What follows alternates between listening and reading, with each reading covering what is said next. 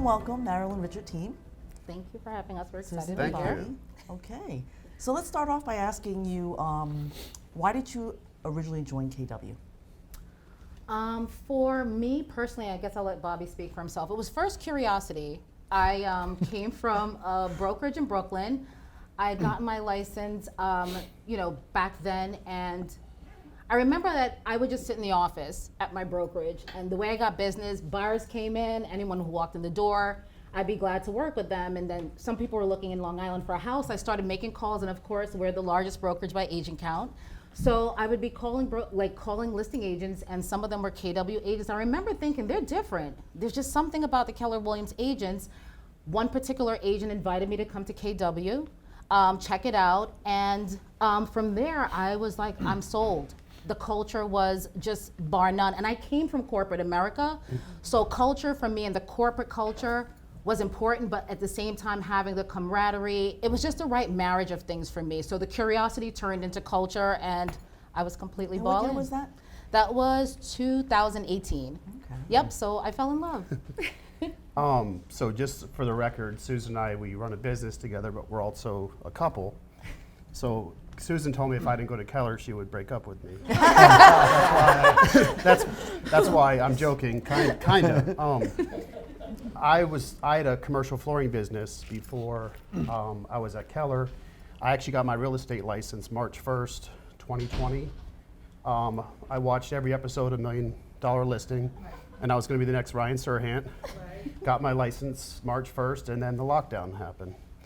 So I really didn't have an experience with real estate. The only thing I knew about real estate and where to go was because of Susan, and she was so passionate about Keller. So, and obviously she was my girlfriend. I'm like, this wouldn't work out very well if I was somewhere else. So, Smart man. yeah.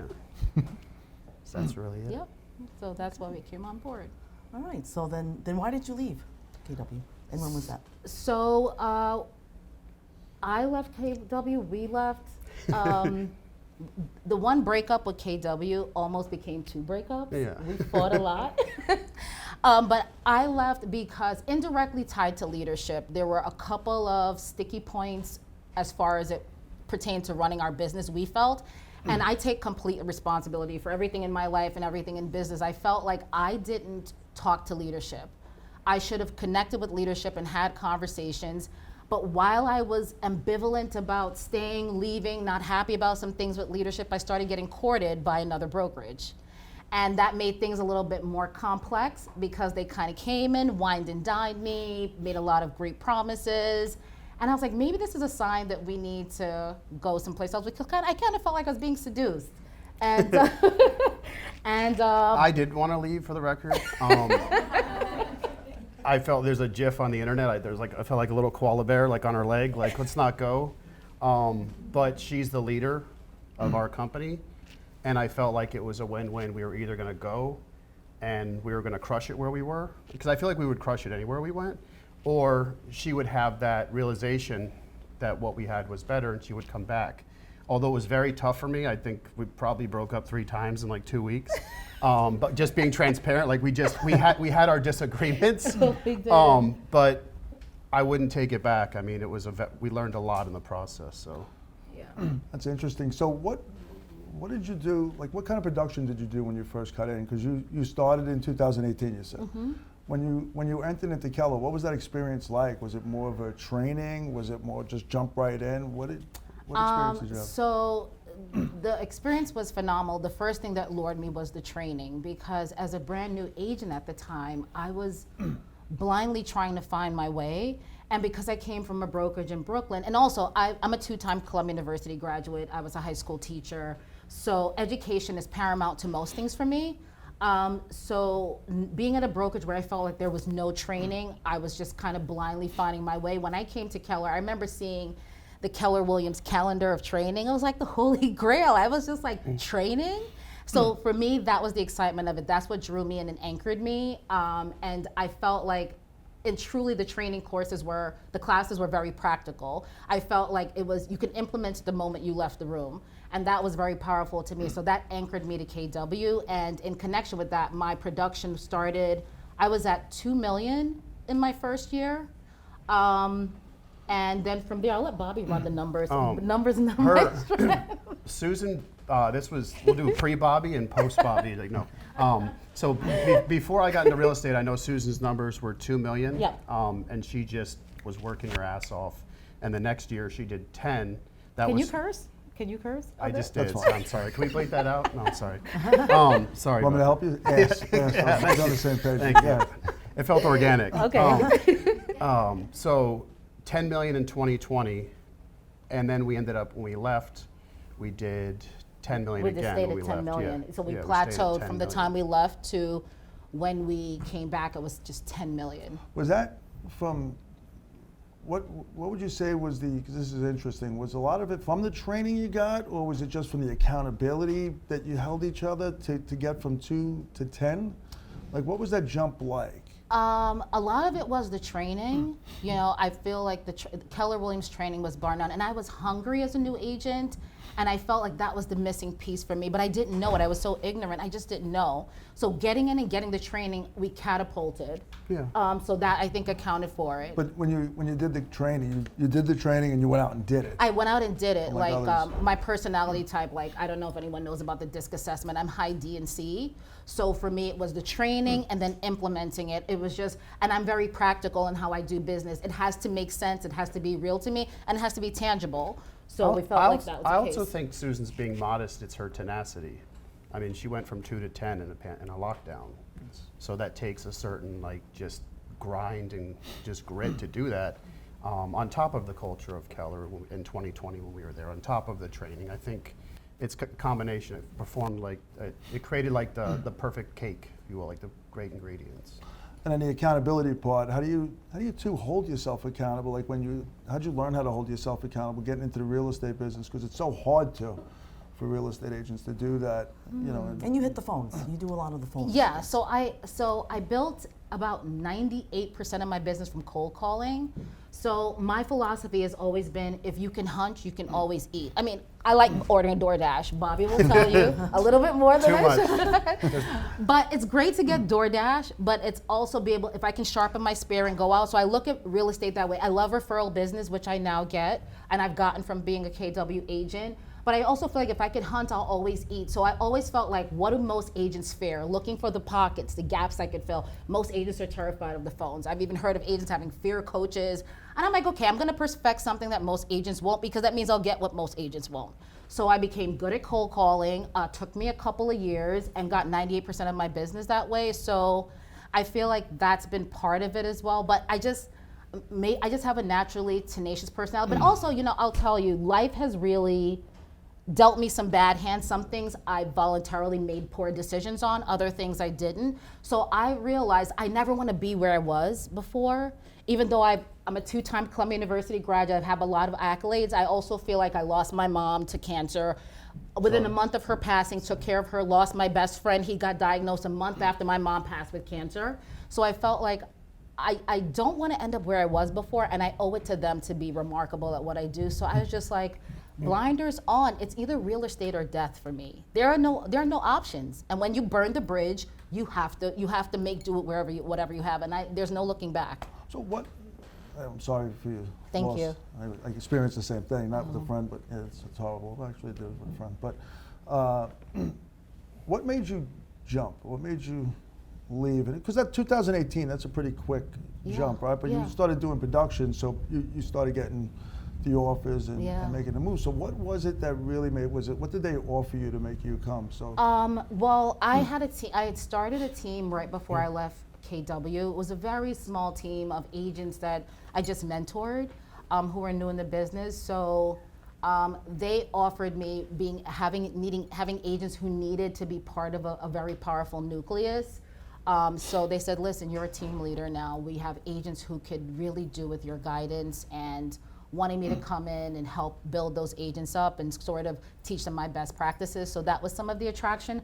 Plus, they were very intertwined with the mortgage business, and I felt like that was one of the blind spots in my business. Like agents, we know a lot about houses, but we don't tend to know a lot about the financing. So I wanted to become as proficient as I could in mortgages without necessarily, I guess we wanted to without necessarily being a lender. So that was part of the allure. I hate to keep it short, but I really did want to leave. I really, He's totally throwing me under the bus. But no, go- it's not. It's not. I come from a business background, and I learned very, very tough lessons in business, and I think that's the best lessons you learn in life for the toughest ones. But now, as I get older, I try and learn them before they become tough. Yeah. But this was something I'm like, it just didn't feel right to me. It didn't feel right, and honestly, I'm very supportive of Susan. I know where we're going, and I believe in her. And honestly, if she said we're going here, I'm like, all right, who's driving? So, you know. Yeah. It's a funny thing, that's how it is with me and Jeannie too. Right?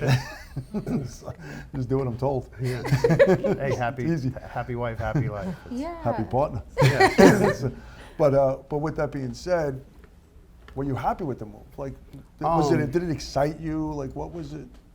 Let me go. Yeah, go ahead. You go first. For me, being transparent, I hate change, so it was like awful for me, because I'm a big people person. I really like Linda, and Thanks for saying you like me too. yeah, I appreciate that. I don't have that relationship with you. He's a Yankees fan. I'm like, well, I know I'm in New York. So. I built a great relationship with Linda, and I hope to build that with you as well. I just never really got the opportunity to. And it was tough for me to leave, just because I'm a people person. I believe relationships are currency. Like, I have people I haven't talked to in 10 years, and I can call them right now, and if I ever needed something, they'd be there, and vice versa for me with them.